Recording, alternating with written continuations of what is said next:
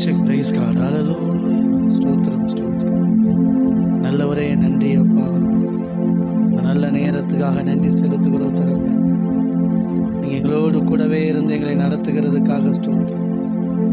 நல்லவரே நன்றி அப்பா. Thank you daddy. ஹல்லேலூயா. ஸ்தோத்திரம் ஸ்தோத்திரம் ஸ்தோத்திரம். நல்ல தகப்பனே நன்றி. நீங்கள் செய்த எல்லா நன்மைகளையும் நாங்கள் நினைத்து பார்க்கிறோம். நன்றியோடு துதிக்கிறோம் அப்பா. ஸ்தோத்தரிக்கிறோம். ஹல்லேலூயா. Thank you daddy. நன்றி அப்பா. நல்லவரே நன்றி நன்றி நன்றி நன்றி. அப்படியே நம்முடைய இருதயம் அப்பாவுக்கு நேராக திரும்பட்டும். இந்த நல்ல மாலை நேரத்தில் ஒன்று சேர்ந்து இருதயத்தின் ஆழத்தில் நன்றியோடு அப்பாவுடைய நாமத்தை பாடி துதித்து மகிமைப்படுத்துவோம். ஹல்லேலூயா. ஓ நன்றி ஆண்டவரே. ஸ்தோத்திரம் ஸ்தோத்திரம். Thank you daddy. நன்றி அப்பா. ஹல்லேலூயா. நல்லவரே நன்றி நன்றி நன்றி. இம்மட்டுமாய் தேவன் எங்களை கிருபையாய் நடத்தி வந்ததுக்காக நன்றி. ஹல்லேலூயா. ஸ்தோத்திரம் ஸ்தோத்திரம் ஸ்தோத்திரம் ஸ்தோத்திரம் ஸ்தோத்திரம் ஸ்தோத்திரம். நல்லவரே நன்றி நன்றி நன்றி. பரிசுத்தரே நன்றி நன்றி நன்றி. சொல்லுங்க இருதயத்தின் ஆழத்தில். என் இயேசுவே உம்மை சொந்தமாக கொண்டதென் பாக்கியமே. இதை விடவும் பெரிதான மேன்மை வேறொன்றும் இல்லையே. என் இயேசுவே உம்மை சொந்தமாக கொண்டதென் பாக்கியமே. இதை விடவும் பெரிதான மேன்மை வேறொன்றும் இல்லையே. புது கிருபைகள் தினம் தினம் தந்து என்னை நடத்தி சென்றவரே. அனுதினமும் கரம் நீட்டி என்னை ஆசீர்வதித்தவரே. புது கிருபைகள் தினம் தினம் தந்து என்னை நடத்தி செல்பவரே. அனுதினமும் கரம் நீட்டி என்னை ஆசீர்வதிப்பவரே. என் இயேசுவே உம்மை சொந்தமாக கொண்டதென் பாக்கியமே. இதை விடவும் பெரிதான மேன்மை வேறொன்றும் இல்லையே. சொல்லுங்க இருதயத்தின் ஆழத்தில் உணர்ந்து. என் இயேசுவே உம்மை சொந்தமாக கொண்டதென் பாக்கியமே. இதை விடவும் பெரிதான மேன்மை வேறொன்றும் இல்லை. ஓ தேங்க்யூ டாடி. ஹல்லேலூயா. ஆமென். அப்படியே நம்ம இருதயம் முழுமையாக அப்பாவசமாய் வரட்டும். ஓரி மலர பாஷை வெலை வெலை வெலை வெலை வெதி மின்னகரப்போ. ஹல்லேலூயா. நன்றி அப்பா. இந்த நல்ல ஆராதனைக்காக நன்றி செலுத்துகிறோம் தகப்பனே. நன்றி. இம்மட்டுமாய் நீங்கள் எங்களை நடத்தியதற்காக நன்றி. இனிமேல் நடத்துகிறதுக்காக ஸ்தோத்திரம். ஹல்லேலூயா. ரிமலர பாஷை வெலை வெலை வெலை வெலை வெலை வெலை. ஓ தேங்க்யூ டாடி. ஒவ்வொருவரையும் கர்த்தர் ஆமென் ஆமென் அவருடைய பிரசன்னத்தினால் நிரப்புவார். உங்கள் குறைவுகள் எல்லாம் வெளியேறட்டும். ஆமென். ஹல்லேலூயா. உங்கள் இருதயம் முழுசாக கர்த்தர் வசம் வரட்டும். ஏதாவது உங்களுக்கு வேலை இருந்துச்சுன்னா, ஏதாவது உங்களுக்கு நெருக்கம் இருந்துச்சுன்னா, ஏதாவது என்ன சொல்கிறது, சில நேரம் ஃப்ரீயாக இருக்க மாட்டோம் இல்லையா? அப்படி என்ன இருந்தாலும் இயேசுவின் நாமத்தில் நீங்கி போகட்டும். எதையாவது குறித்த ஒரு சிந்தை இருக்கும் பாருங்கள். ஒரு 8 மணிக்கு ஒரு வேலை வச்சுருப்பீங்க. ஐயோ அதை முடிக்கணுமே, மறந்துடக்கூடாது அப்படின்னு. அப்படி என்ன இருந்தாலும் சரி, உங்கள் இருதயம், உங்கள் ஆவி ஆத்மா சரீரம் அப்படியே ஃப்ரீ ஆகட்டும். ஆமே. உங்கள் இருதயம் அப்படியே ரிலாக்ஸ் ஆகட்டும். இளைப்பாறுதலுக்குள்ளே வரட்டும். உங்கள் சிந்தை அப்படியே இளைப்பாறுதலுக்குள்ளே வரட்டும். உங்கள் ஆவி ஆத்மா சரீரம் முழுவதும் கர்த்தரவசமாய் திரும்பட்டும். ஹல்லேலூயா. Thank you daddy. தேவ பிரசன்னத்தினால நிரப்பப்படுங்க. தேவ வல்லமையினால நிரப்பப்படுங்க. ஹல்லேலூயா. என்ன பண்ணணும் பிரதர்? நீங்கள் வந்தாலே போதும். உங்கள் மைண்டு இங்கே வந்துட்டாலே போதும். ஆமென். ஏதாவது உங்களை தடுத்துச்சுன்னா இயேசுவின் நாமத்தினால் விரட்டிடுங்க. நானும் விரட்டுறேன். இயேசுவின் நாமத்தினால் வெளியேறட்டும். உங்கள் முழுசாக இந்த ஆராதனையில் இணைய விடாதபடிக்கு என்ன தடை இருந்தாலும், எது தடையாக இருந்தாலும் அது உங்களை விட்டு வெளியேறுவதாக. உங்கள் ஆவி, ஆத்ம, சரீரம் முழுவதும் அப்படி தேவனுடைய இளைப்பாறுதலுக்குள்ள வருவதாக. என் இயேசுவே, உம்மை சொந்தமாக கொண்டதென் பாக்கியமே, இதை விடவும் பெரிதான மேன்மை வேறொன்றுமில்லை. என் இயேசுவே, உம்மை சொந்தமாக கொண்டதென் பாக்கியமே, இதை விடவும் பெரிதான மேன்மை வேறொன்றுமில்லை. சொல்லுங்க இருதயத்தின் ஆழத்திலிருந்து. புது கிருபைகள் தினம் தினம் தந்து என்னை நடத்தி செல்பவரே, அனுதினமும் உம் கரம் நீட்டி என்னை ஆசீர்வதிப்பவரே. புது கிருபைகள் தினம் தினம் தந்து என்னை நடத்தி செல்பவரே, அனுதினமும் உம் கரம் நீட்டி என்னை ஆசீர்வதிப்பவரே. ஓ, தேங்க்யூ டாடி. ஹல்லேலூயா. ஒவ்வொருவரையும் தேவ பிரசன்னம் நிரப்புவதாக. அப்படியே உங்கள் மேலே ஆசீர்வாதத்தை பேசுகிறேன். ஆமென். பெற்றுக்கொள்ளுங்க, பெற்றுக்கொள்ளுங்க. புது பலன் உண்டாகட்டும். ஆமென். புது பலன் உண்டாகட்டும்.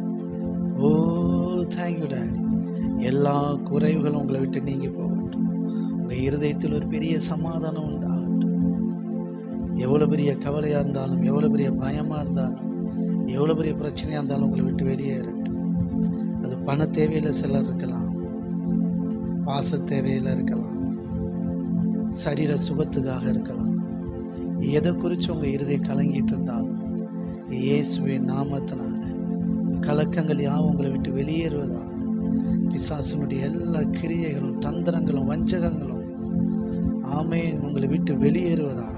இப்பொழுது இயேசுவின் நாமத்தினால உங்கள் மேலே நான் பேசுகிறேன். உங்கள் வாழ்க்கையில் நான் கட்டளையிடுகிறேன். இயேசு கிறிஸ்துவின் வல்லமையுள்ள நாமத்தினாலே பிசாசு உங்கள் வாழ்க்கையில் என்னெல்லாம் கொண்டு வந்து உங்களை ஆமென் ஆமென் தேவனை விட்டு விலகி, தேவ பிரசன்னத்தை விட்டு விலக்கி வச்சிருப்பாங்க.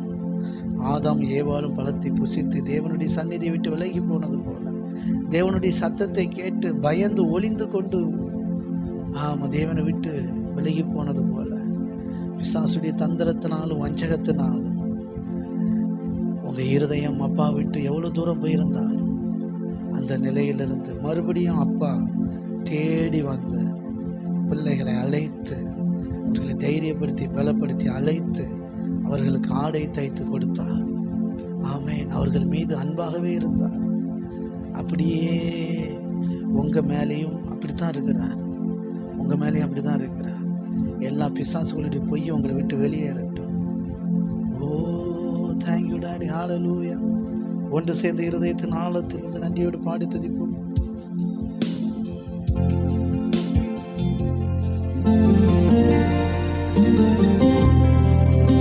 Thank you daddy. நன்றி அப்பா. ஆமென்.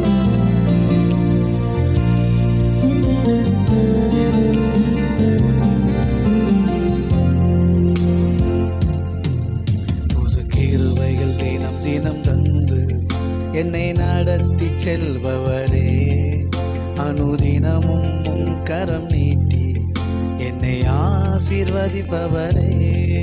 புது கிருபைகள் தினம் தினம் தந்து என்னை நடத்தி செல்பவரே, அனுதினமும் உம் கரம் நீட்டி என்னை ஆசீர்வதிப்பவரே. என் இயேசுவே, உம்மை சொந்தமாக கொண்டதென் பாக்கியமே, இதை விடவும் பெரிதான மேன்மை வேறொன்றும் இல்லை. சொல்லுங்க. என் இயேசுவே, உம்மை சொந்தமாக கொண்டதென் பாக்கியமே, இதை விடவும் பெரிதான மேன்மை வேறொன்றும் இல்லை. என் இயேசுவே, உம்மை சொந்தமாக கொண்டதென் பாக்கியமே, இதை விடவும்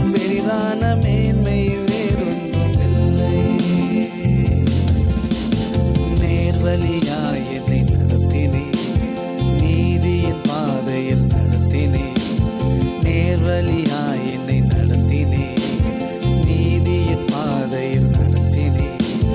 காரியம் வாய்க்க செய்தீர், என்னை கண்மணி போல் காத்திட்டீர். காரியம் வாய்க்க செய்தீர், என்னை கண்மணி போல் காத்திட்டீர். என் இயேசுவே, உம்மை சொந்தமாக கொண்டதென் பாக்கியமே. இதை விடவும் பெரிதான மேன்மை வேறொன்றுமில்லை. என் இயேசுவே, உம்மை சொந்தமாக கொண்டதென் பாக்கியமே. இதை விடவும் பெரிதான மேன்மை வேறொன்றுமில்லை. கிருபைகள் தினம் தினம் தந்து என்னை நடத்தி செல்பவரே, அனுதினமும் கரம் நீட்டி என்னை ஆசீர்வதிப்பவரே. சொல்லுங்க. ஒரு கிருபைகள் தினம் தினம் தந்து என்னை நடத்தி செல்பவரே, அனுதினமும் கரம் நீட்டி என்னை ஆசீர்வதிப்பவரே. என் இயேசுவே, உம்மை சொந்தமாக கொண்டதென் பாக்கியமே. இதை விடவும் பெரிதான மேன்மை வேறொன்றுமில்லை. என் இயேசுவே, உம்மை சொந்தமாக கொண்டதென் பாக்கியமே. இதை விடவும் பெரிதான மேன்மை வேறொன்றுமில்லை. சொல்லுங்க. பாதங்கள் சறுக்கின வேளையில் பதறாத கரம் நீட்டி தாங்கினே. பாதங்கள் சறுக்கின வேளையில் பதறாத கரம் நீட்டி தாங்கினே. பாரமெல்லாம் நீக்கினீர், என்னை பாடி மகிழ வைத்தீர். என் பாரமெல்லாம் நீக்கினீர், என்னை பாடி மகிழ வைத்தீர். என் இயேசுவே, உம்மை சொந்தமாக கொண்டதென் பாக்கியமே. இதை விடவும் பெரிதான மேன்மை வேறொன்றுமில்லை. என் இயேசுவே, உம்மை சொந்தமாக கொண்டதென் பாக்கியமே. இதை விடவும் பெரிதான மேன்மை வேறொன்றும். கிருபைகள் தினம் தினம் தந்து என்னை நடத்தி செல்பவரே, அனுதினமும் உம் கரம் நீட்டி என்னை ஆசீர்வதிப்பவரே. புது கிருபைகள் தினம் தினம் தந்து என்னை நடத்தி செல்பவரே, அனுதினமும் உம் கரம் நீட்டி என்னை ஆசீர்வதிப்பவரே. எத்தனை விசுவாசம்? நம்ம சபை மக்கள்லாம் ஆண்டவருக்கு நன்றி சொல்லுங்க. முதல்ல நன்றி சொல்லுங்க, அப்புறம் காரணத்தை நான் சொல்கிறேன். சபை மக்களும் சரி, நம்மளை தொடர்ந்து ஃபாலோ பண்ணுறேன். என்கிட்ட ஃபோனில் பேசுகிறவங்கெல்லாம் ஆண்டவருக்கு நன்றி சொல்லுங்கள். எப்போனாலும் எந்த காரியமாக இருந்தாலும் உங்களுடைய பிரச்சனைகள் கஷ்டங்களை டக்குன்னு என்கிட்ட சொல்லிடலாம். அப்படி பிரச்சனையெல்லாம் சொல்லி ஆலோசனை கேட்டு நடக்கிறவங்கெல்லாம் ஆண்டவருக்கு நன்றி சொல்லுங்கள். ஸ்தோத்திரம். உங்களுக்கு ஒரு கஷ்டம், உங்களுக்கு ஒரு அர்ஜென்ட்டு, உங்களுக்கு பிரச்சனை அப்படின்னா, உங்களுக்கு ஒரு ஆலோசனை தேவைன்னா, உங்களுக்கு ஒரு ஜெப உதவி தேவைன்னா, உங்களுக்கு ஒரு சந்தோஷமான காரியம் நடந்துச்சுன்னா, உங்களுக்கு ஒரு வேளை ஒரு கஷ்டமான காரியங்கள் நடந்துச்சுன்னா, அப்படி என்ன நடந்தாலும் எப்போனாலும் என்னோட தொடர்பு கொள்கிற, ஃபோன் பண்ணியோ வாய்ஸ் மெசேஜ் போட்டோ பேசி ஆறுதல் அடைகிறேன், பலன் அடைகிறேன். ப்ரேயர் பண்ணி நிம்மதி அடைகிறேன். ஆலோசனை கேட்டு ஒரு சமாதானத்தை பெற்றுக்கொள்கிறேன். நன்மையை சுதந்திரித்து நன்றி சொல்கிறேன். அப்படிப்பட்ட பாக்கியம் இருக்குன்னா ஆண்டவருக்கு நன்றி சொல்லுங்க. ஏன் சொல்கிறேன் அப்படின்னா, சீரியஸாக நமக்கு ஒரு ஊழியக்காரங்க கிடைச்சிருக்கிறது பெரிய விஷயம். ஏசப்பா சொன்னாங்க, என் ஜனங்கள் யோவான் ஸ்தானன் மரித்த பிறகு ஜனங்கள் இதுக்கு முன்னாடி யோவான் ஸ்தானன்ட்ட போயிட்டு இருந்தாங்க. இப்போ வேறு யாருமே கிடையாது. இப்போ ஏசப்பா தான் இருக்கிறார். உடனே கொத்து கொத்தாக வராங்க ஜனங்க.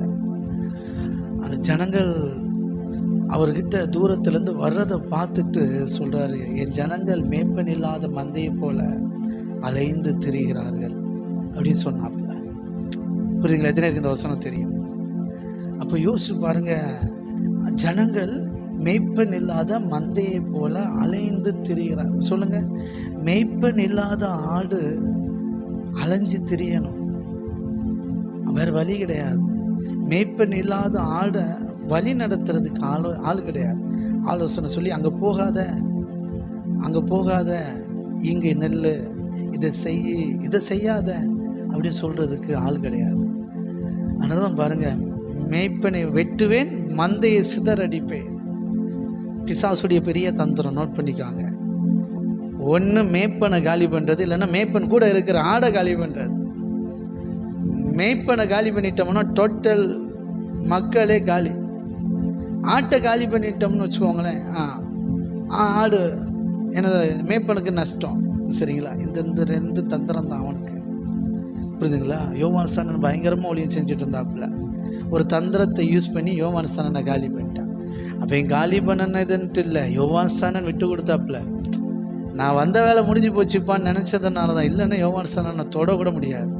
சொல்லுங்கள், பரத்திலிருந்து ஒருவனுக்கு கொடுக்கப்படாவிட்டால் ஒருவன் ஒன்றை பெற்றுக்கொள்ள முடியாது. ஆமே, சரிங்களா? அதனால் உங்களுக்கு ஒரு நல்ல மேய்ப்பன் கிடச்சிருப்பதுக்காக ஆண்டவர் நன்றி சொல்லுங்கள். கரங்களை தட்டி. இப்போ புரியுதா? அதனால் எல்லாத்துக்கும் நன்றி சொல்லுங்கள். தேவன் உங்களுக்கு ஒரு சபையை தந்திருக்கிறான்னா நன்றி சொல்லுங்கள். அது பெரிய ஆசீர்வாதம். ரட்சிக்கப்படுகிறவர்களை சொல்லுங்கள், ரட்சிக்கப்படுகிறவர்களே அனுதினமும் கர்த்தர் சபையிலே சேர்த்து கொண்டு வந்தார். எதுக்கு? எல்லாவற்றையும் எல்லாவற்றாலும் நிரப்புகிற நிறைவாகிய சரீரமாகிய சபையாம்.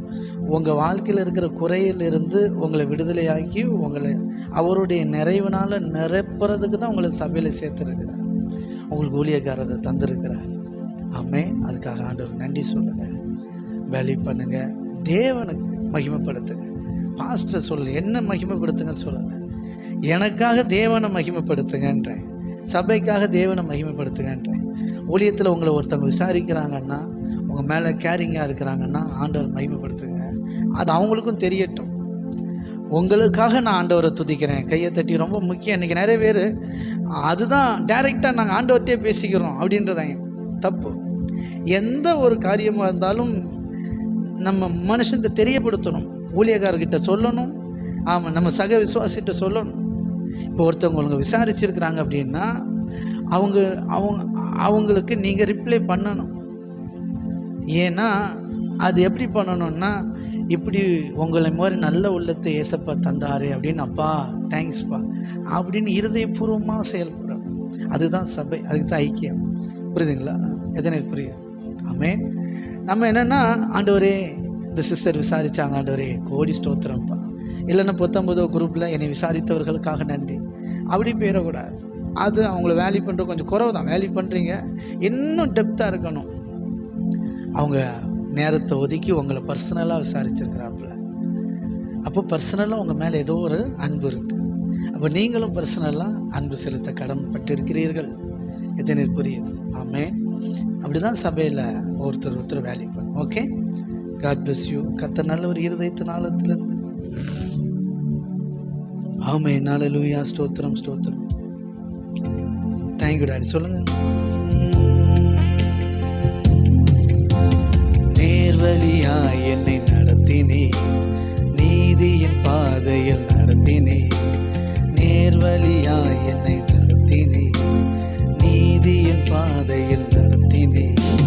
காரியம் வாய்க்க செய்தீர், என்னை கண்மணி போல் காத்திட்டீர்.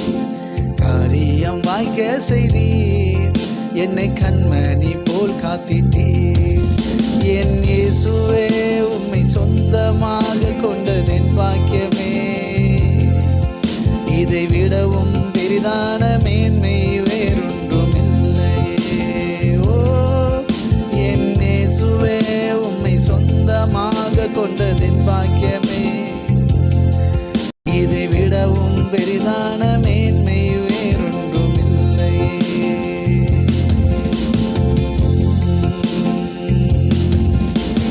கிருபைகள் தினம் தினம் தந்து என்னை நடத்தி செல்பவரே, அனுதினமும் கரம் நீட்டி என்னை ஆசீர்வதிப்பவரே. ஒரு கிருபைகள் தினம் தினம் தந்து என்னை நடத்தி செல்பவரே, அனுதினமும் கரம் நீட்டி என்னை ஆசீர்வதிப்பவரே, என் இயேசுவே உம்மை சொந்தமாக கொண்டதின் பாக்கியமே, இதை விடவும் பெரிதான மேன்மை வேறொன்றும் இல்லையே. என் இயேசுவே உம்மை சொந்தமாக கொண்டதின் பாக்கியமே, இதை விடவும் பெரிதான மேன்மை வேறொன்றும் இல்லை. பாதங்கள் சறுக்கின வேளையில் பதறாத கரம் நீட்டி தாங்கினே, பாதங்கள் சறுக்கின வேளையில் பதறாத கரம் நீட்டி தாங்கினே, பாரமெல்லாம் நீக்கினே என்னை பாடி மகிழ வைத்தே, பாரமெல்லாம் நீக்கினே என்னை பாடி மகிழ வைத்தே, என் இயேசுவே உம்மை சொந்தமாக கொண்டதின் பாக்கியமே, இதை விடவும் பெரிதான மேன்மை வேறொன்றும் இல்லை.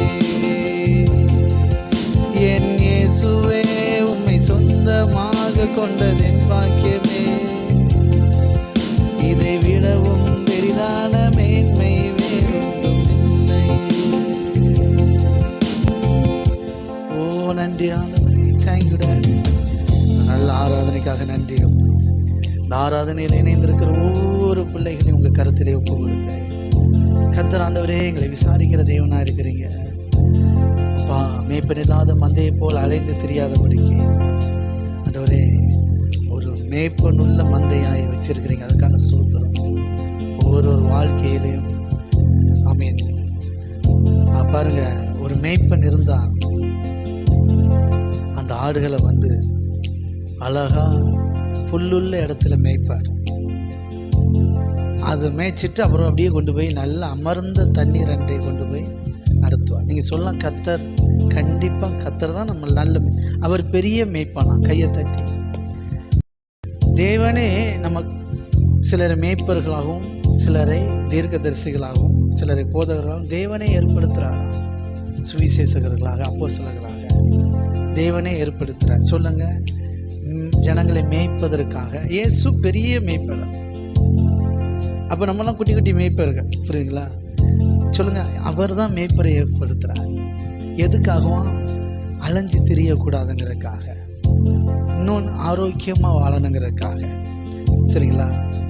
பாருங்க, நல்ல மேய்ப்பன் தன் ஆடுகளுக்காக ஜீவனே கொடுப்பான்.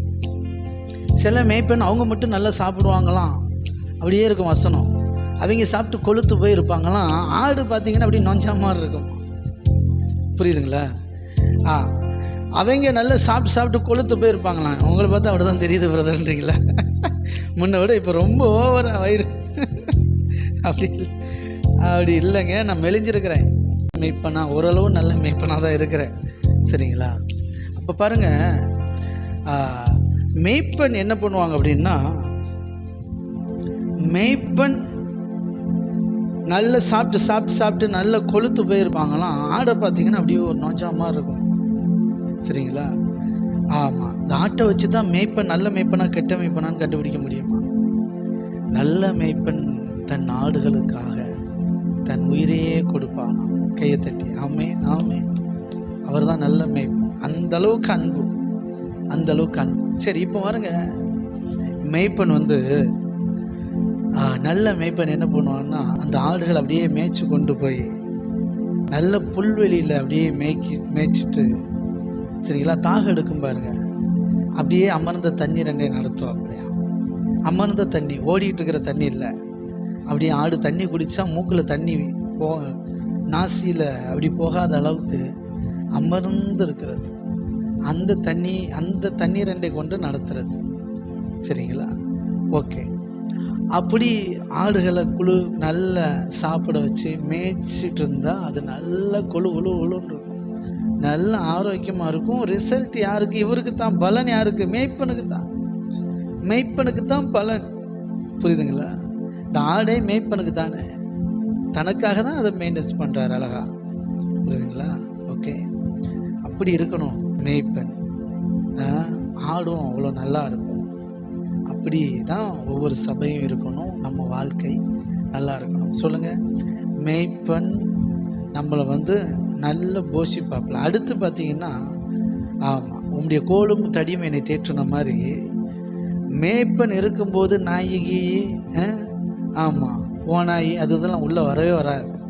அவர் விரட்டி விட்டார். சிங்கம், கரடி, தாவீதுலாம் சிங்கம் வந்தாலும் சரி, கரடி வந்தாலும் சரி, வாயை கிழிச்சு விட்டான். என்னை தாண்டி தான் என் ஆடை தொடணும் அப்படின்ட்டு. தாவீதின் குமாரன் அதுக்கு மேலே, ஆமாம், என்னை தாண்டி கூட தொடக்கூடாது அப்படின்ட்டார். என்ன எதாக இருந்தாலும் என்கிட்ட பேசு அப்படின்னாரு சீசர்கள்ட்ட. நீ என்ன எதனாலும் பண்ணிடு, என் சீசர்களை தொடக்கூடாது, அவங்கள போக விடு அப்படின்ட்டார்.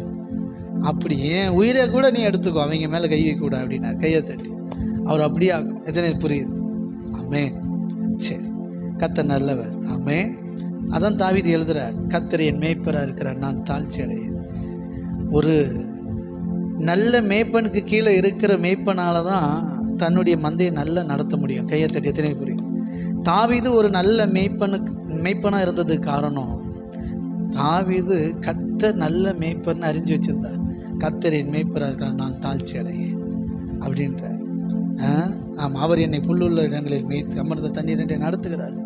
அப்படி அவருடைய கோலும் தடி என்னை தேற்றும் அப்படின்ற மாதிரி ஒரு நல்ல மேய்ப்பனை பற்றி மேய்ப்பனை தேவன் நடத்துகிறத அவர் அனுபவிச்சதுனால அவரும் ஒரு மேய்ப்பனை தனக்கு கீழே இந்த ஆடுகளை நல்லா பராமரித்தார். ஒரு நல்ல மேய்ப்பன் ரொம்ப அவசியம். தேவனால் நடத்தப்படுகிற, ஆமாம், ஒரு நல்ல தேவனால் அனுப்பப்பட்ட ஒரு மனுஷன் இருந்தான், அவன் பேர் யோவான் அப்படின்ன மாதிரி தேவனால் அனுப்பப்பட்ட, தேவனால் நடத்தப்படுகிற ஒரு மனுஷனாக இருக்க. அதனால தான் பாருங்கள், அன்னை எசேக்கியா என்ன அழகாக சொல்லியிருப்பாங்க, நல்ல வெளிப்பாடுகள் மேலும், சரிங்களா, அபிஷேகத்தின் மேலும் கட்டப்பட்ட சபை, அந்த ஊழியக்காரர், அந்த ஊழியம் சரி, அந்த சபையும் சரி, ஒரு நாளும் தோற்று போகாது. பெரும் மழை வரும், பெரும் இரைச்சல் வரும், ஆமாம், அலை மோதும், ஆனால் ஒரு சேதமும் ஆகாது. வெளிப்பாட்டில் கட்டப்பட்டிருக்கும், தேவ அபிஷேகத்தினால் கட்டப்பட்டிருக்கும். அப்படிப்பட்ட சபையாக இருந்ததுன்னா ஆமாம், ரொம்ப ரொம்ப நல்லது. பாருங்கள், அதுதான் ஆவிக்குரிய அனுபவமிக்க சபையாக இருக்கணும். ஊழியக்காரர் ஆவிக்குரியவராக இருக்கணும், அதுதான் ரொம்ப முக்கியம். அப்போ தான் ஜனங்களும் ஆவிக்குரியவர்களாக இருப்பார்கள். ஓகே, கர்த்தர் நல்லவர். இந்த நல்ல மாலை நேரத்து ஆகத்தில் நன்றி. ஏன் அப்படின்னா, மார்க் எழுதின சுவிசேஷத்தை நீங்கள் படிச்சுட்டு இருக்கிறீங்க. அதில் படிக்கும்போது பார்த்தீங்கன்னா நிறைய காரியங்கள் ஆண்டவர் பேசியிருப்பார்.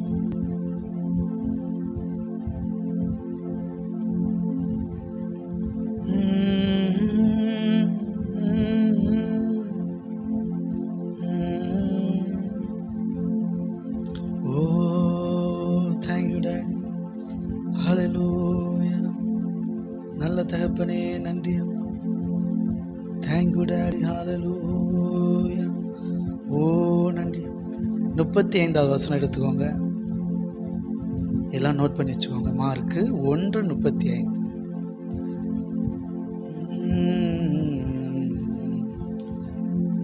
Thank you daddy. ஹல்லேலூயா. அதுக்கு முன்னாடி ஒரு வசனம், ஓ நன்றி ஆண்டவரே, thank you daddy. Hallelujah. Thank you daddy. ஏசப்பா வராங்க, ஞானஸ்தானம்லாம் பெற்றுக்கொண்டு, சரிங்களா.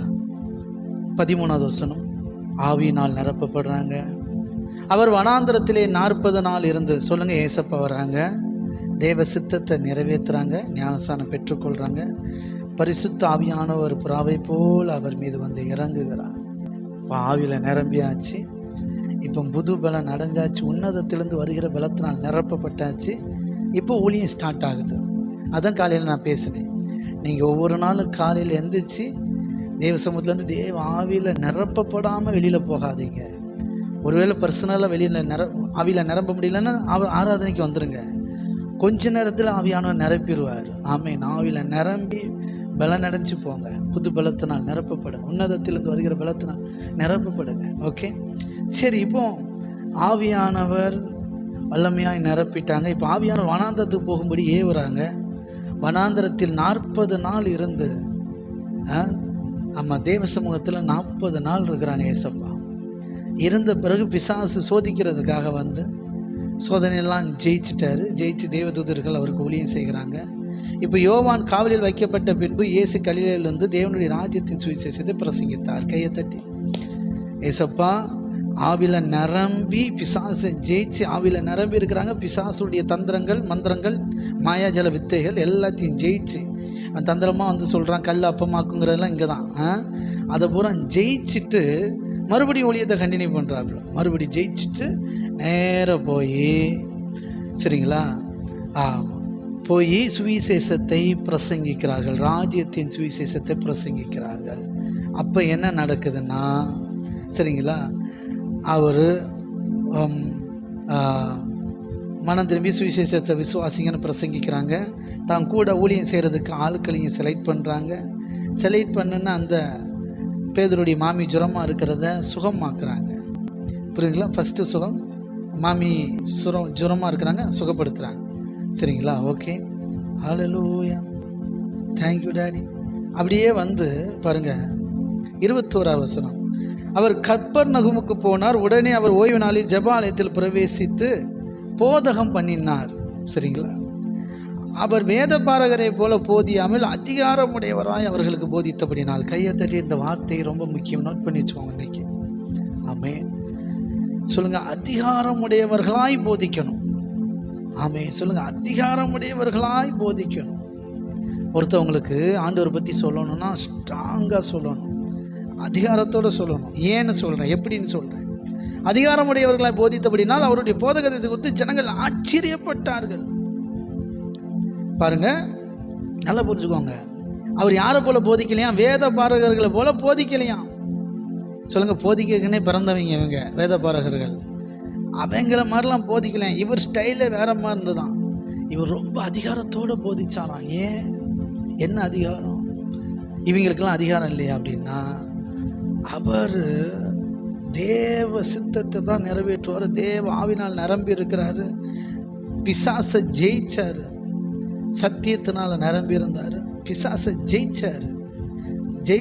அதனால தைரியமாக வந்து பிரசங்கித்தார். அதிகாரத்தோட பிரசங்கம் பண்ணான்னா, இப்போ உங்களுக்கு புரியுமா சொல்கிறேன், நிறைய ஊழியக்காரங்களுடைய வீக் என்ன தெரியுமா? அவங்களே பாவத்தில் இருப்பாங்க. ஒரு காலத்தில் நான் இருந்தது போல் அவங்களே பாவத்தில் இருக்கும்போது அவங்க வந்து விடுதலை எப்படி பேச முடியும்? அதான் சொல்லுவோம் இல்லையா? ஆமாம், சொட்டத்தலையை வந்து முடி வளரும்னு எண்ணெய் விற்றா யாராவது வாங்குவாங்களா? அந்த கதையாக தான் இருக்குது. அப்போ ஊழியக்காரரே வந்து வாழ்க்கையில் நிறைய கஷ்டத்தோடு நஷ்டத்தோடு ஐயோ போதுண்டா அப்படின்னு வாழ்ந்துட்டு இருந்தா விசுவாசிகளுக்கு எப்படி நம்பிக்கை வரும்? புரியுதுங்களா? அதனால தான் ஊழியக்காரன் வந்து சபைக்கு முன் உதாரணமாக இருக்கணும் அப்படின்னு வேதம் சொல்லுது. அப்போ பாருங்கள், அவர் அதிகாரமுடையவர், பிதாவோடு அப்படி ஐக்கியமாக இருந்தார். அவர்கிட்ட ஒரு குற்றத்தை கண்டுபிடிக்க முடியாது, அவர்கிட்ட எந்த தப்பையும் கண்டுபிடிக்க முடியாது. அதனால் ரொம்ப தைரியமாக பேசினார், ரொம்ப ஸ்ட்ராங்காக பேசினார், கெத்தாக பேசினார். சரிங்களா? ஓகே, இயேசு கிறிஸ்து அதிகாரமுடையவராய் பிரசங்கம் பண்ணினார். ஏன்னா அவர்கிட்ட அவர் சொன்னார் இல்லையா, கடைசியில் சொல்கிறார், எல்லாம் முடிஞ்சு சிலுவைக்கு போகிறதுக்கு முன்னாடி சொல்கிறாரு, இந்த உலகத்தின் அதிபதி வருகிறான், என்னிடத்தில் அவனுக்கு ஒன்றுமே இல்லை அப்படின்ட்டார்.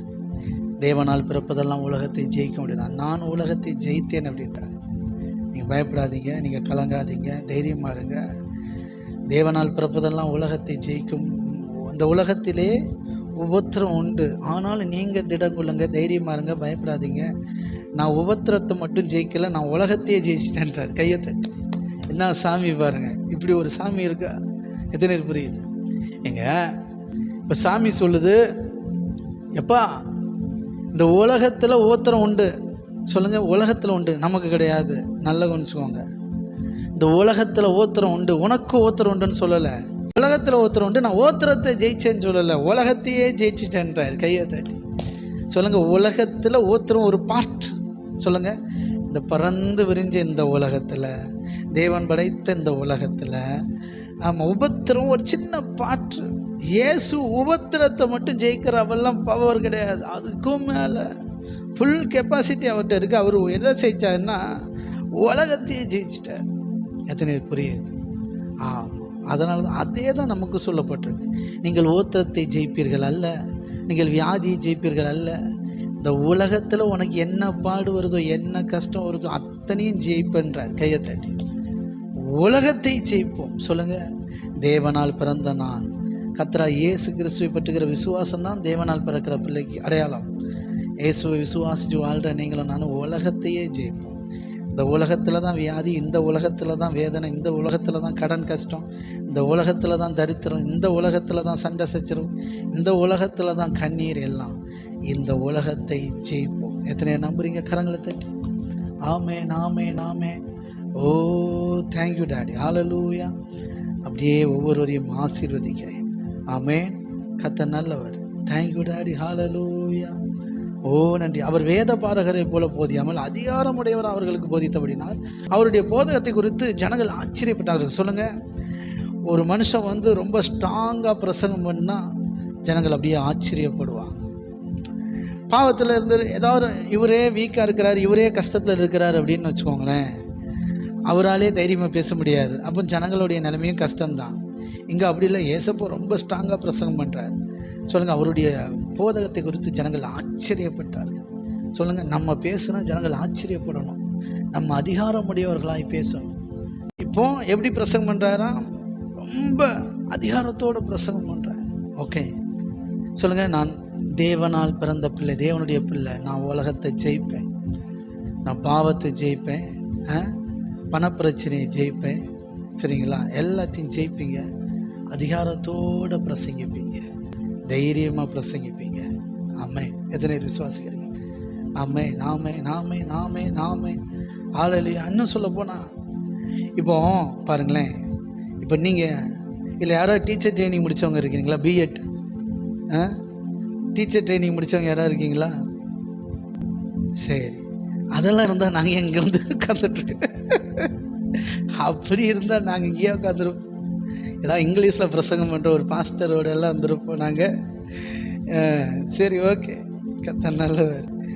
இப்போது பார்த்தீங்கன்னா, இப்போது உங்களுக்கு பிள்ளைங்களுக்கு ஒரு சப்ஜெக்டை சொல்லிக் கொடுக்கணும்.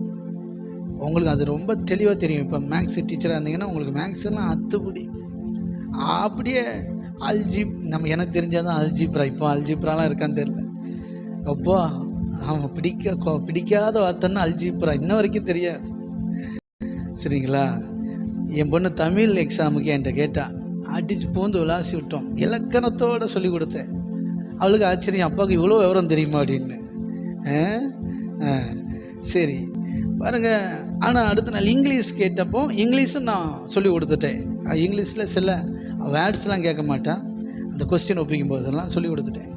அடுத்து மேக்ஸ் கொண்டு வந்தாப்புல மேக்ஸும் ஜாமெண்ட்ரிலாம் அசால்ட்டு பார்த்துக்கலாம் அப்படின்னு பார்த்தா, திடீர்னு பார்க்குறேன் இந்த எக்ஸ் ஹோல் ஸ்கொயர் அப்படி இப்படின்னு இருக்கு. ஆத்தாடி, இதுதானே நமக்கு, இது பிடிக்காமல் தானே ஸ்கூலுக்கே போகாமல் கிடது.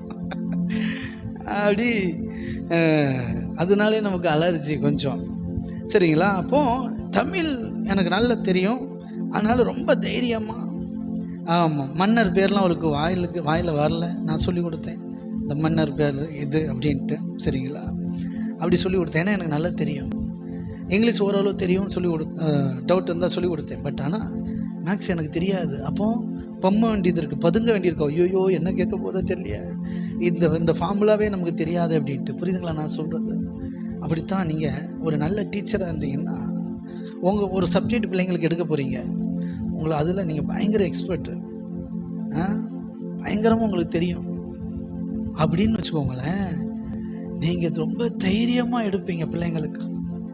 யார் எந்த இடத்துல டவுட்டு கேட்டாலும் நிறுத்தி கேட்டாலும் நீங்கள் தைரியமாக சொல்லி கொடுப்பீங்க. இதுவே மனப்பாடம் பண்ணி ஓட்டிகிட்டு இருந்தீங்கன்னு வச்சுக்கோங்களேன், திடீர்னு யாரோ எந்திரிச்சு நின்று ஏதாவது கேட்டாங்கன்னா உங்களுக்கு அப்படியே மறந்து போயிடும் எல்லாம். ஆமாம், ஒன்று யாரும் இடையில டவுட்டு கேட்கக்கூடாது அப்படின்ற மாதிரி ஆயிரும். எத்தனை புரியுது? அதான் சொல்ல வரேன்.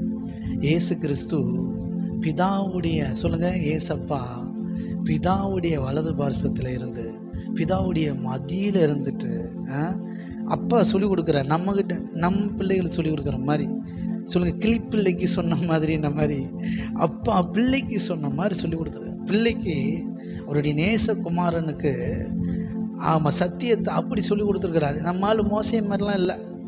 முகத்தை பார்த்துக்கிட்டு, முதுகை பார்த்துக்கிட்டு, பின்னாடி ஒரு வெளிச்சம் தெரியும், அந்த வெளிச்சம்தான் பேசும். ஆமாம், அதுக்கே அவ்வளோ மகிமையாக இருந்தாராம். அதான் சொல்லுது, ஒளிந்து போகிற அந்த பழைய உடன்படிக்கையே அவ்வளோ மகிமையாக இருக்கும்னா, பழைய உடன்படிக்கை ஊழியமே அவ்வளோ மகிமையாக இருக்கும்னா, நிலை நிற்கிற நித்திய உடன்படிக்கையான புதிய உடன்படிக்கை ஊழியம் எவ்வளோ நல்லா இருக்கும். கையை தட்டி. பழைய உடன்படிக்கையில் நிறைய கூட்டம் இருக்கும், ஆனால் ஒரு நாள் ஒளிஞ்சு போயிடும். சொல்லுங்கள், பழைய உடன்படிக்கை எந்த சர்ச்சிலலாம் பேசுகிறாங்களோ கூட்டம் நல்லா இருக்கும், ஆனால் ஒரு நாள் அந்த உபதேசம்லாம் காணாமல் போயிடும்.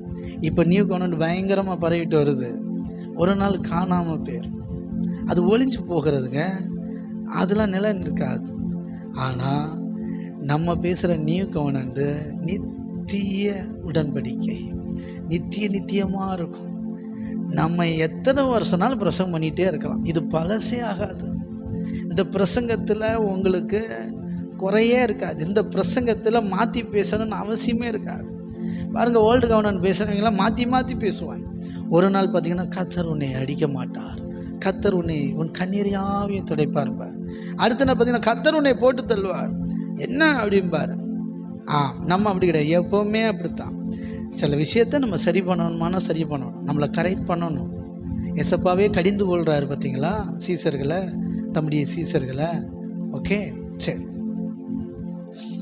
அதனால் தேங்க்யூ டாடி, ஹalleluya. முதல்ல ஆச்சரியப்பட்டாங்க, சரிங்களா? ஓகே. அடுத்து பார்த்தீங்கன்னா, அவர்களுடைய ஜெபாலயத்திலே அசுத்தாவில் ஒரு மனுஷன் இருந்தான். எங்கே இருக்கிறான் சொல்லுங்கள்? ஜெபாலயத்துக்குள்ளே இருக்கிறான். வேதபாரகர்கள் பயங்கரமாக போதிக்கிறார்கள், ஆனால் ஜெபாலயத்திலேயே ஒருத்தன் பிசாசு பிடிச்சிட்டு இருக்கான், அவனை சுகப்படுத்த முடியலை, சரிங்களா? ஆனால் இப்போ பாருங்கள், அவன் ஐயோ நசரேயனாகிய இயேசுவே எங்களுக்கும் உமக்கு, இயேசுப்பா பார்த்த உடனே அவன் கொந்தளிக்கிறான்.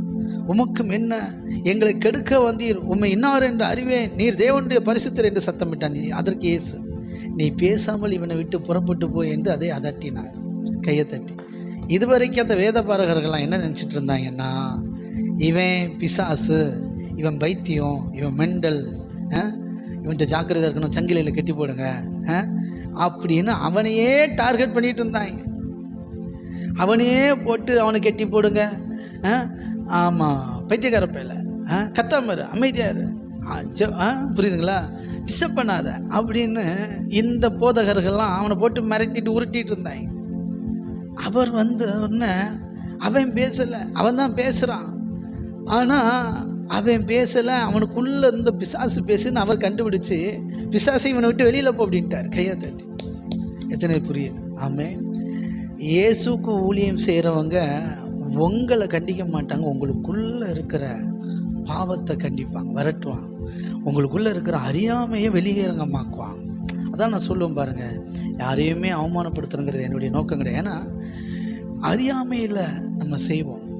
ரெண்டாவது, பிசாசுடைய தந்திரத்தில் வஞ்சிக்கப்பட்டு சில தப்பை செஞ்சிருவோம். ரெண்டுக்குமே காரணம் பிசாசு. அதுக்காக அப்படியே பூசி மொழிகி விட்டு போயிடக்கூடாது. உங்களுக்குள்ளே இருக்கிற பிசாசை விரட்டணும், அறியாமையில் இருக்கிறத அறிய பண்ணணும், தெரியாமையில் இருக்கிறத தெரியப்படுத்தணும். அப்போ தான் நமக்கு ஒரு புரிதல் வரும் பாருங்கள், ஒரு உணர்வு வரும். அப்போ நம்ம தெளிவாயிடலாம் பாருங்கள். ஓகே. ஏசப்பா வந்த பிறகு தான் சொல்லுங்கள், புதிய உடன்படிக்கையில், பழைய உடன்படிக்கையில் என்ன செஞ்சாலும் அவனே டார்கெட் பண்ணுவாங்க. போடு போடு, அவன் தான் மோசம், அவன் பைத்தியக்காரன், அவன் லூஸு, அவன் அரமெண்டல் அப்படிலாம் பேசுவாங்க. புதிய இயேசு வந்த பிறகு தான் தெரியுது அவன் அல்ல, அவனுக்குள்ளே ஒரு பிசாசு உட்காந்து அவனை போட்டு ஆட்டி படைச்சிட்டு இருக்கிறான்னு.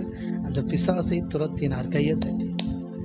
உள்ள அவனுக்குள்ளே பிசாசு இருக்கிற மூல கண்டுபிடிச்சா தான் பிசாசை துரத்தியே முடியும். அவனையே பிசாசை நினச்சிட்டு இருந்தால் எப்படி விடுதலை கிடைக்கும்? புரியுதுங்களா? எத்தனை புரியுது? ஏசப்பா அப்படி தான். அதுதான் சொல்கிறேன், புதிய உடன்படிக்கை ஊழியம் அதுதான். முதல்ல உங்களுக்குள்ளே இருக்கிற பிசாசு, உங்களுக்குள்ள பிரச்சனை என்னன்னு கண்டுபிடிக்கணும்.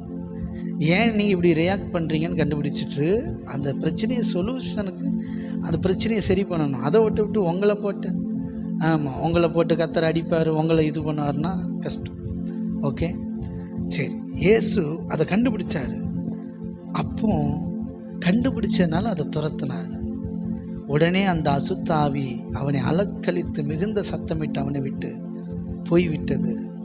எல்லாரும் ஆச்சரியப்பட்டு, இது என்ன இந்த புதிய உபதேசம்? கையை தட்டி. அடுத்த பாயிண்ட், ஏசப்பாவுடைய உபதேசத்தை கேட்டோன்னா ஆச்சரியம்.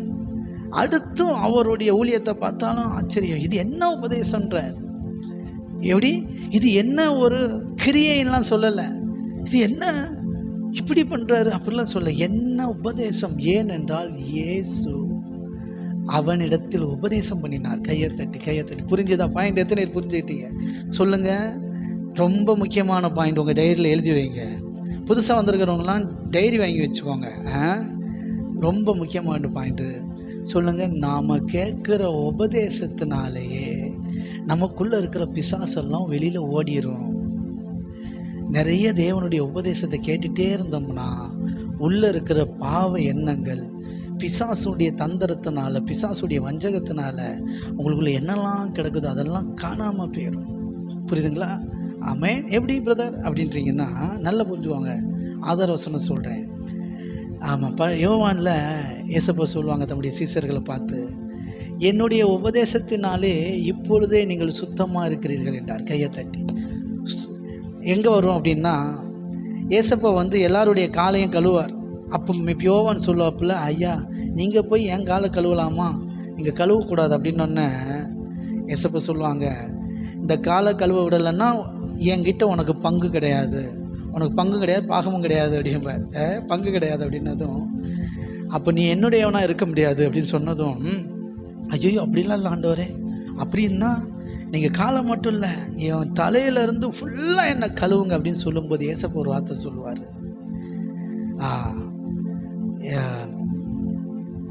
Thank you daddy. அது எப்படி வரும் அப்படின்னா, அடுத்து இந்த மார்க்குக்கு வருவோம். ஓ தேங்க்யூ டாடி, ஹல்லேலூயா.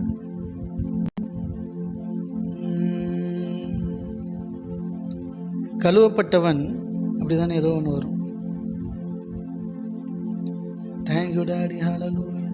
நேர்வழியா என்னை நடத்தினீர், நீதியின் பாதையில் நடத்தினீர். ஓ தேங்க்யூ. யோவான் 15வது அதிகாரத்தில் இருக்கு பாருங்க. சொல்லுங்க, நான் உங்களுக்கு சொன்ன உபதேசத்தினாலே நீங்கள் இப்பொழுதே சுத்தமாக இருக்கிறீர்கள். கையை தட்டி சொல்லுங்க, நான் உங்களுக்கு சொன்ன உபதேசத்தினாலே நீங்கள் இப்பொழுதே சுத்தமாக இருக்கிறீர்கள். சொல்லுங்க. அப்போ நீங்கள் உண்மையிலே கர்த்தராகிய இயேசு கிறிஸ்துவின் சத்தியத்தை கேட்டிங்கன்னா, சுவிசேஷத்தை கேட்டிங்கன்னா, ஏசப்பாவுடைய உபதேசத்தை கேட்டிங்கன்னா, இயேசு பிரசங்கித்த உபதேசத்தை ஒரு ஊழியக்காரர் பிரசங்கிப்பான்னா நீங்கள் சுத்தமாகிக்கிட்டே வருவீங்க. அசுத்தமாலாம் இருக்க மாட்டீங்க. உங்கள் இருதயம் சுத்தமடையும். எத்தனை பேர் விசுவாசிக்கிறீங்க? ஹல்லேலூயா, ஸ்தோத்திரம். ஆமென், ஆமென், ஆமென். ஓ நன்றி ஆண்டவரே, ஸ்தோத்திரம்.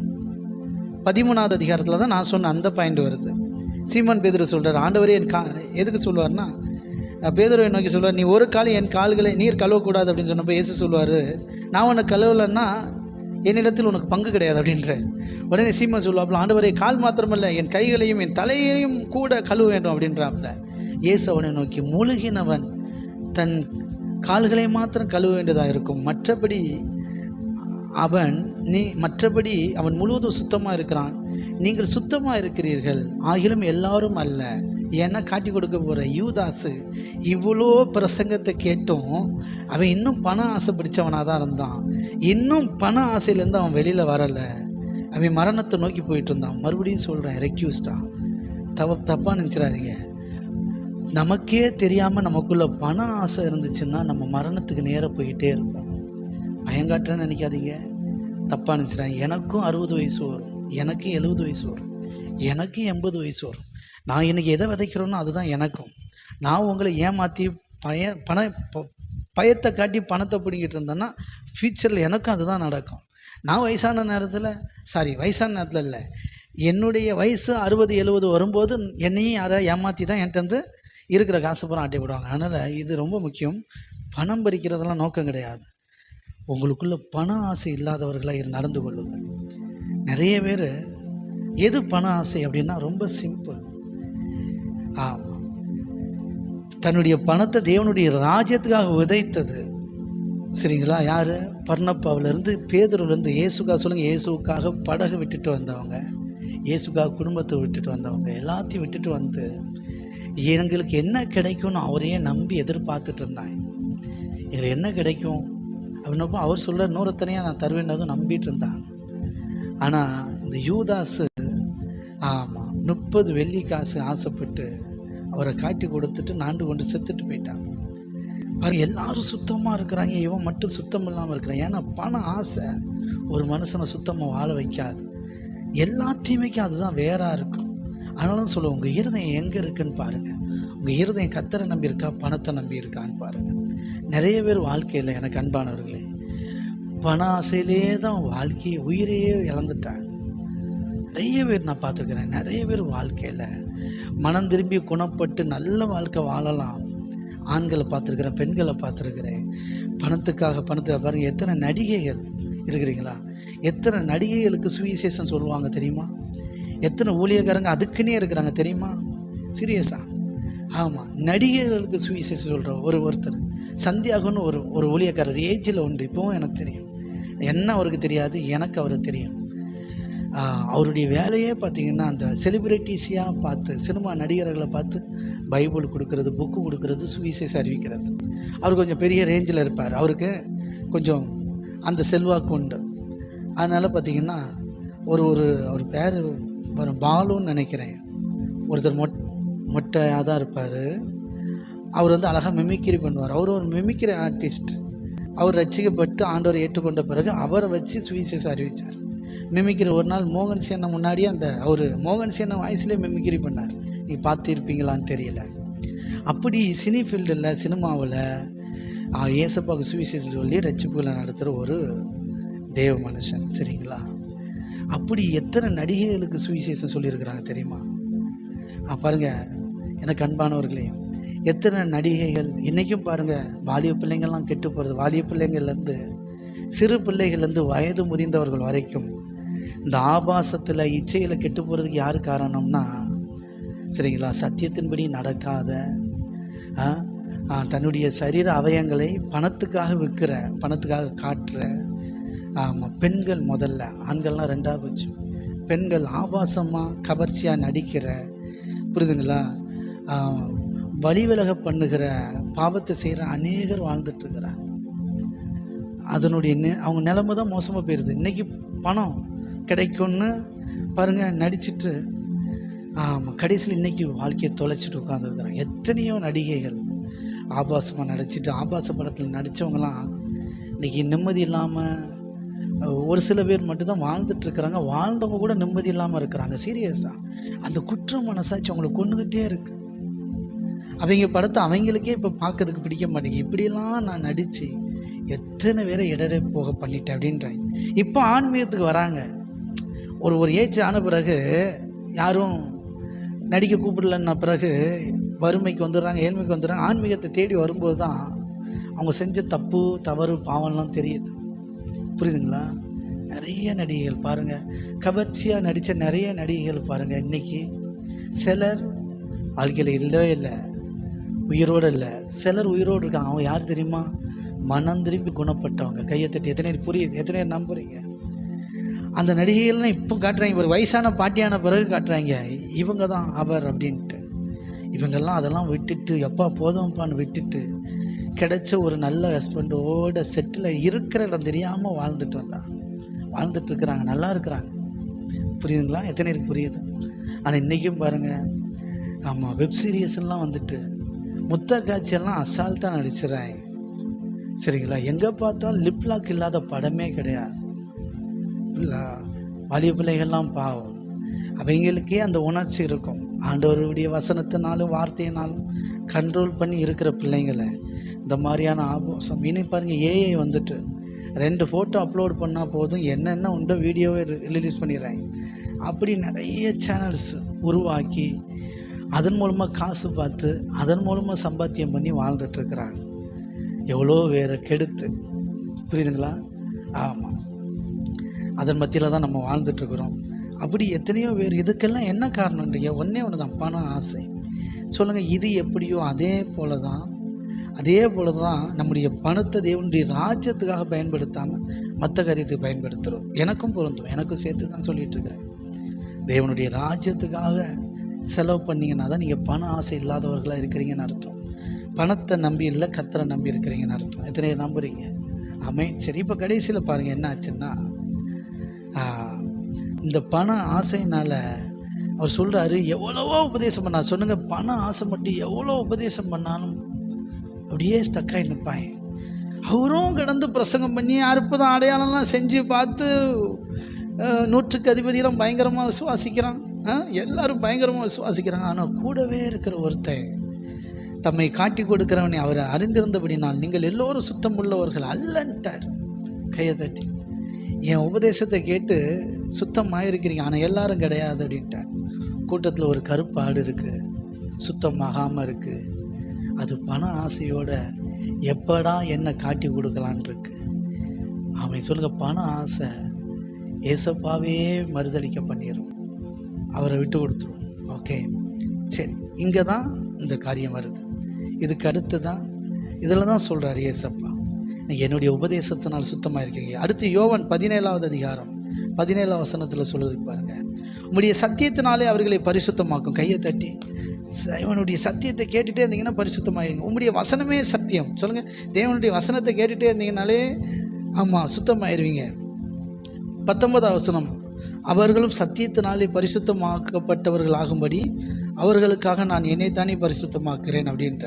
எத்தனை புரியுது? தேவனுடைய உபதேசத்தை கேட்க கேட்க கேட்க சொல்லுங்கள், கிறிஸ்துவின் உபதேசத்தை, கிறிஸ்துவின் சுவிசேஷத்தை நம்ம கேட்டுக்கிட்டே இருக்கும்போது நம்ம வாழ்க்கையில் பரிசுத்தமாகிட்டே இருப்போம், சுத்தமாகிட்டே இருப்போம், வாழ்க்கை அழகாக மாறும். எத்தனை புரியுது? கரங்களை தட்டியாமே வாழ்க்கை ரொம்ப செழிப்பாயிரும். அதிகாரமுடையவர்களாய் பிரசங்கிப்பீங்க, தைரியமுடையவர்களாய் பிரசங்கிப்பீங்க. அடுத்து பாருங்க, ஆச்சரியப்படுற அளவுக்கு பிரசங்கிப்பீங்க. அப்படி ஒரு சாட்சியாக வாழ்வீங்க. சரி, இப்போ பாருங்க, மார்க் 1க்கு வந்துருங்க. இப்போ ஜனங்கள் சொல்கிறாங்க, இதை பார்த்தோன்னா ஒரு அசுத்தாவியை துரத்தின உடனே எல்லாரும் ஆச்சரியப்பட்டு, இது என்ன இந்த புதிய உபதேசம் எப்படிப்பட்ட? சொல்லுங்கள், ஏசப்பாவுடைய உபதேசத்தை ஒருத்தர் பிரசங்கிக்கிறாருன்னா அது புது உபதேசம். ஆமாம், இதை தானே நூதன உபதேசம்னு சொல்லுவாங்க, கள்ள உபதேசம்னு சொல்லுவாங்க.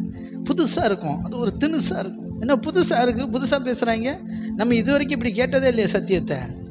சம்திங் ராங், இது கள்ள உபதேசமாக தான் இருக்க வாய்ப்பு இருக்குது.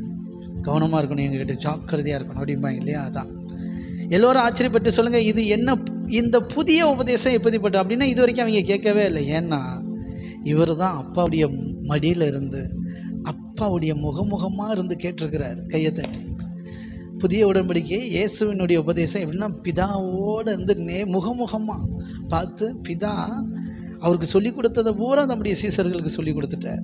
எத்தனை புரியுது? பிதா கிட்டேருந்து சுட சுட வாங்கினது. அவ்வளோ வெளிப்பாடுகள் பூரா தரிசனமாக வந்ததில்லை, சுட சுட பெற்றுக்கொண்டது. எத்தனை புரியுது? அதனால தான் சொன்னார், என்னை போல பிதாவை அறிந்தவன் ஒருவனும் இல்லை, என்னை அல்லாமல் ஒருவனும் பிதாவின் இடத்தில் வருவதில்லைன்னாரு. கையை தட்டி, இயேசு கிறிஸ்துவினுடைய சரியான உபதேசம் இருந்ததுன்னா நீங்கள் பிதாவோடு ரொம்ப க்ளோஸ் ஆகிடுவீங்க. சரியான உபதேசத்தை கேட்கலன்னா பிதா விட்டு ரொம்ப தூரமாக இருப்பீங்க. Okay, right. அப்படி சொன்ன உடனே இந்த உபதேசம் எப்படிப்பட்டது? இவர் அதிகாரத்தோடு அசுத்தாவிகளுக்கும் கட்டளை இடுகிறார், அவைகள் இவருக்கு கீழ்ப்படுகிறது என்று தங்களுக்குள்ளே ஒருவரோடு சொல்லி கொண்டார்கள். அது முதல் அவருடைய கீர்த்தி கலிலியா நாடெங்கு பிரசித்தமாயிட்டு. சரிங்களா? எத்தனை புரியுது? ஆமே. உடனே அவர்கள் ஜெபாலயத்தை விட்டு புறப்பட்டு யாக்கோபோடும் யோவனோடு கூட சீமோன் அந்திரேயா என்பவருடைய வீட்டில் பிரவேசித்தார்கள். அங்கே தான் மாமி ஜுரமாக இருக்குது, சுகமாக்குறார். ஓகே, சரி. அடுத்து பார்த்தீங்கன்னா, தேங்க்யூ டாடி. சாயங்காலமான போது சூரியன் அஸ்தமித்த போது சகல பிணியாளிகளையும் பிசாசு பிடித்தவர்களையும் அவரிடத்தில் கொண்டு வந்தார்கள். பட்டணத்தார் எல்லாரும் வீட்டு வாசலுக்கு முன்பாக கூடியிருந்தார்கள். பலவிதமான வியாதிகளால் ஓத்திரப்பட்டிருந்த அநேகரை அவர் சுஸ்தமாக்கி அநேகம் பிசாசுகளையும் துரத்தி விட்டார். அந்த பிசாசுகள் தம்மை அறிந்திருந்தபடினால் அவைகள் பேசுகிறதுக்கு அவர் இடம் கொடுக்கவில்லை. அவர் அதிகாலையில் இருட்டோடு எழுந்து புறப்பட்டு வனாந்திரமான இடத்துக்கு போய் அங்கே ஜெபம் பண்ணினார். கையை தட்டி, எப்போவுமே தேவ சமூகத்தில் இருக்கிறது, பிரசங்கிக்கிறது, பிசாசு துரத்துறது, இதுதான் ஏசப்பாவுடைய வேலையை. கையை தட்டி, இதுதான் நம்முடைய வேலையுமே. தேவ சமூகத்தில் இருங்க. ஆமாம், தேவ வல்லமையினால் நிரப்பப்படுங்க, பலன் அடைங்க. ஆமாம், சுவிசேஷத்தை பிரசங்கிங்க, பிசாசை விரட்டுங்க, போயிட்டே இருக்கும். ஆமே. எத்தனை விசுவாசிக்கிறீங்க? அப்போ பாருங்கள். தேங்க்யூ டாடி, ஹல்லேலூயா. ஆமென், ஆமென், ஆமென். அவர் நாடெங்கும் அவர்களுடைய ஜெபாலயங்களில் அவர் பிரசங்கம் பண்ணி கொண்டும் பிசாசுகளை துரத்தி கொண்டுமே இருந்தார். இப்போ குஷ்டரோகி வந்து சுத்தமாகணும்னா அவர் மனதுருகி கையை நீட்டி அவனை தொட்டி எனக்கு சித்தம் உண்டு சுத்தமாகுன்னு சொன்னார். மனதுருகிறார் கையை தட்டி. அப்படின்னா என்ன அர்த்தம்? நீங்கள் என்ன நினச்சிட்டு இருக்கீங்க? அவர் வந்து இவ்வளோ குஷ்டரோகத்தை பார்த்தோன்னே ஏசப்பாக்கு ஐயோப்பா யார் பெற்ற பிள்ளையோ இப்படி அலங்கோலமாக இருக்கிறானே அப்படின்னு சொல்லி இவனை குணப்படுத்தியே ஆக வேண்டும் அப்படின்னு பண்ணாரான்னா பண்ணார். ஆனால் இங்கே சொல்லப்பட்ட மனதுருக்கம் என்ன தெரியுமா? அவன் கொடூரமான கொடிய குஷ்டரோகத்தில் இருக்கிறான். அவனுக்குள்ள ஒரு கேள்வி இருக்குது. நான் செஞ்ச பாவமோ இல்லை எங்கள் அப்பா தாத்தா செஞ்ச பாவத்தினாலேயோ நான் இப்படி குஷ்டரோகியாக இருக்கிறேன். இந்த குஷ்டத்திலேருந்து கர்த்தர் என்ன சுகப்படுத்துவாரா மாட்டாரா? நான் இப்படியே இருக்கிறது தான் தேவ சித்தமா? நான் செஞ்ச பாவத்தின் தண்டனையா இந்த ஜென்மத்தில் இப்படியே வாழ்ந்து முடிச்சிடதான் தேவ சித்தமா? இல்லை, நான் சுகமாகி எல்லாரும் போல நல்ல ஆரோக்கியம் அடைஞ்சு வாழ்கிறது தேவ சித்தமா? தேவன் என் பாவத்தை மன்னித்து என்னை சுகப்படுத்துவாரா? நான் சுத்தமாகிறத தேவன் விரும்புவாரா? அப்படிங்கிறது தான் அவனுடைய கேள்வியாக இருந்துச்சு, அவனுடைய அறியாமையாக இருந்துச்சு. அதனால தான் சந்தேகத்தோடு கேட்குறான். ஐயா, அவ்வளோ கஷ்டத்தோடு குஷ்டரோகத்தில் இருக்கிறவன் வந்து உங்களுக்கு சித்தமான என்னை சுத்தமாக்குங்கன்னு சொன்னதை கேட்டப்போ அவருக்கு ஃபீல் ஆயிட்டு. அவன் அப்படி இருக்கக்கூடாதுங்கிறதே அவனுக்கு தெரியலை. எந்த மனுஷனும் வியாதியோடு இருக்கிறது தேவனுக்கு சித்தம் கிடையாது, தேவகுமாரனுக்கு சித்தம் கிடையாது, ஆவியானருக்கு சித்தம் கிடையாது.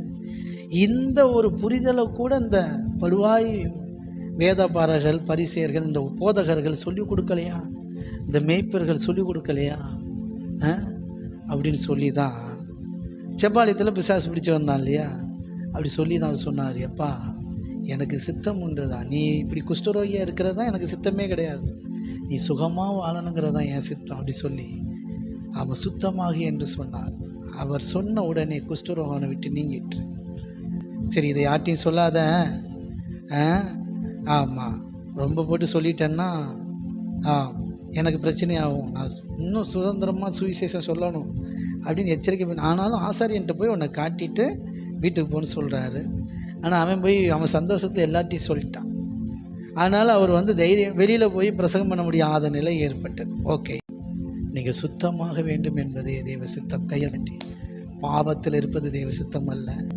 நீங்கள் தேவனுக்கு பிரியமான நல்ல ஆரோக்கியமான ஐஸ்வர்யமான சந்தோஷமான சமாதானமான ஒரு நிறைவான நல்ல வாழ்க்கை வாழணுங்கிறது தான் தேவ சித்தம். கையை தட்டி.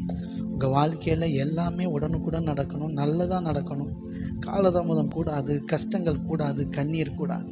ஒரே ஒரு பாடு மட்டும்தான், கிறிஸ்துவின் நிமித்தம் தேவனுடைய வசனத்துக்காக வார்த்தைக்காக தேவனுடைய ஊழியத்துக்கு கொடுக்கறதுனால ராஜ்யத்துக்காக நிற்கும்போது பேதுரு பாருங்க, அவங்க வந்து சொந்த படகை கொடுத்துட்டானா, படகை விட்டுட்டு வலையில் கடைஞ்ச மீனெல்லாம் விட்டுட்டு வந்தாங்க. இந்த மார்க்கில் தான் இருக்கும், பாருங்க 1ஆவது அதிகாரத்தில் அவர் வந்து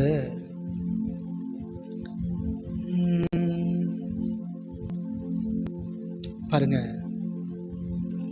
16ஆம் வசனம்.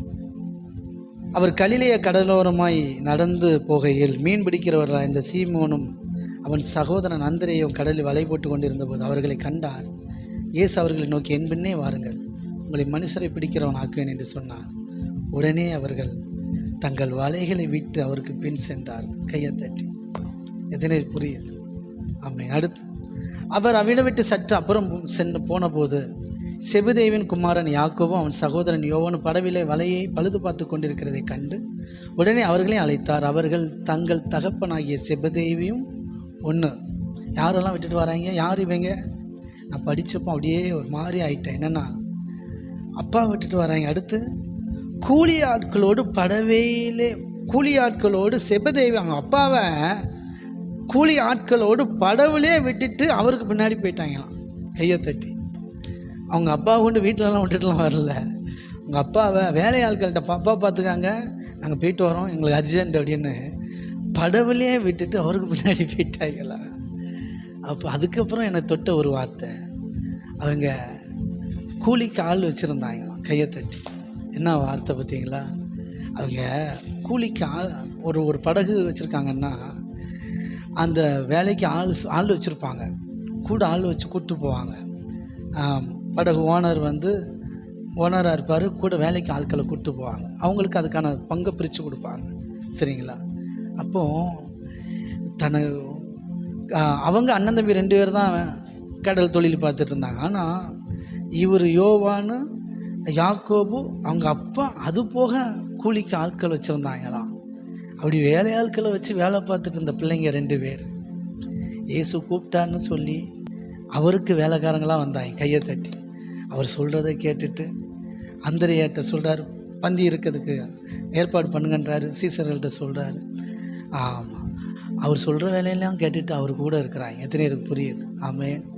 4 பேரை வச்சு வேலை வாங்கினவங்க ஒருத்தர் கீழே இருந்து வேலை செய்கிறது எவ்வளோ பெரிய விஷயம். இயேசுவுக்காக கையை தட்டி. அதனால தான் சொன்னார், என் நிமித்தமாகவும் சுவிசேஷத்தின் நிமித்தமாகவும் எதெல்லாம் விட்டுட்டு வந்தீங்களோ, எதெல்லாம் இழந்திருந்தீங்களோ 100 தனையாய் பெற்றுக்கொள்வீர்கள். கையை தட்டி. இம்மையிலே 100 தனியாக, மறுமையிலே நித்திய ஜீவனை பெற்றுக்கொள்வீர்கள். ஒருத்தன் இருந்தான், போதகரே, நல்ல போதகரே, நான் என்ன செய்ய வேண்டும் நித்திய ஜீவனை சுதந்திரித்து கொள்ளன்னு சொன்னான். அப்போ அவர் சொன்னார், எப்போ இதெல்லாம் செய்யணும்னா, அதெல்லாம் நான் பெர்ஃபெக்டாக கடைப்பிடிச்சிருக்கேன், ரொம்ப யோக்கியமாக இருக்கிறேன் அப்படின்னா. ரைட்டு, உன்கிட்ட இருக்கிற சொத்தெல்லாம் ஏழைகள்கிட்ட விற்றுரு, ஏழைகள்கிட்ட கொடுத்துட்டு என்னை பின்பற்றி வான்னு சொன்னான்ல. கேட்க மாட்டேன்ட்டானே. அவன் மிகுந்த துக்கத்தோடு போயிட்டானே. ஏன்? பணம், அதன் மேலே நம்பிக்கை. ஐஸ்வர்யவான் தேவனுடைய ராஜ்யத்தில் பிரவேசிப்பது அரிதாக இருக்கிறதுன்னு சொன்னார். ஆனால் இங்கே பாருங்க, போட்டே விட்டுட்டு வந்துட்டாங்க. அவங்கள பார்த்து சொன்னார், உங்களுக்கு 100 தனையாக தருவேன்னார். கையை தட்டி. ஆமாம், என் கூட இருந்தீங்க, கஷ்ட நேரத்தில் கூட இருந்தீங்க. என்னுடைய நாள் வரும்போது 12 கோத்திரத்தை விசாரிக்கிற சிங்காசனத்தில் உங்களை உட்கார வைப்பேனார். கையை தட்டி. நான் சொல்கிறேன், கர்த்தருக்காக நீங்கள் படுகிற எந்த பிரயாசம் வீண் போக. உங்களை ஒப்பு கொடுங்க, ஆவி ஆத்மா சரீரத்தை ஒப்பு கொடுங்க. தெய்வ சமூகத்தில் நேரம் செலவு பண்ணுங்க, தேவனுடைய வார்த்தையின்படி நடங்க. சிற்றின்பத்தை தூக்கி துறப்புடுங்க, பேரின்பத்தை நம்பிடுங்க. கொஞ்சம் காலதாமதம் ஆகும் பேரின்பம் கிடைக்கிறதுக்கு. அவன் சிற்றின்பத்தை தேடி போயிட்டான், பணத்தை கட்டி பிடிச்சி தூங்குறதுக்கு போயிட்டான். இவங்க அவரை கட்டி பிடிச்சி தூங்கிட்டு இருந்தாங்க. கடைசியில் இவங்க தான் உயர்த்தப்பட்டாங்க. கையை தட்டி. சிற்றின்பம் உடனே கிடைக்கும், கொஞ்சம் நல்லா காணாமல் போயிடும். பேரின்பம் கொஞ்சம் காலதாமதமாக தான் வரும், ஆனால் பெஸ்ட்டாக வரும். ஆமென். கண்களை மூடி. நல்ல தகப்பனே, இந்த நல்ல நாளுக்காக, நல்ல நேரத்துக்காக நன்றி. அருமையான பிள்ளைகள் ஒவ்வொருவரையும் உங்கள் கருத்தையும் கொடுக்குறேன். தகப்பனே, மெய்ப்பன் இல்லாத மந்தையை போல் இல்லாமல் ஆண்டவரே எங்களெல்லாம் கூட்டி சேர்த்துருக்கிறீங்கப்பா. எங்களை நீங்கள் மெய்ப்பனாக இருந்து பெரிய மெய்ப்பனாக இருந்து எங்களை நடத்தி கொண்டு இருக்கிறீங்க. உங்கள் வார்த்தைகளினால் எங்களை வழி நடத்தி கொண்டு இருக்கிறீங்க, எங்களை பலப்படுத்தி கொண்டு இருக்கிறீங்க. அப்பாவுடைய செல்ல கரத்தில் எங்களை ஒப்பு கொடுக்குறோம் டாடி, அர்ப்பணிக்கிறோம் அப்பா. பெரிய காரியங்களை செய்கிறக்கா நன்றி. இப்பொழுது இந்த ஆராதனையில் கலந்து கொண்டிருக்கிற ஒவ்வொரு பிள்ளைகளும் வாழ்க்கையில் இருக்கிற எல்லா குறைகளும் நீங்கி போகட்டும். எங்களுக்குள்ள அந்த பண ஆசை இருக்கக்கூடாது ஆண்டவரே. உங்களை விட்டு பிரிக்கிறதுக்கு எந்த காரியமும் எங்களுக்குள்ளே இருக்கக்கூடாது. எல்லா அசுத்தங்களும் எங்கள்கிட்ட வெளியேறட்டும். உங்கள் உபதேசத்தினாலே எங்களை சுத்தமாக்கினதற்காக நன்றி. இன்னும் சுத்தமாக்குகிறதுக்காக ஸ்தோத்திரம். அப்பாவுடைய செல்லக்கரத்தில் எங்களை ஒப்புக் கொடுக்குறோம், அர்ப்பணிக்கிறோம் டாடி. சகல துதியான மகிமை எல்லாம் அப்பா ஒருவருக்கே செலுத்துகிறோம். எங்கள் மீட்பர் ரட்சகருமாகிய இயேசு கிறிஸ்துவின் நாமத்தில் பணிந்து ஜெபிக்கிறோம் எங்கள் ஜீவனுள்ள நல்ல பிதாவே, ஆமென். கரங்களை தட்டி கர்த்தருடைய நாமத்தை மேம்படுத்துவோம். God bless you. கர்த்தர் தாமே நம்மை ஆசீர்வதித்து உயர்த்துவார்கள். God bless you. Thank you.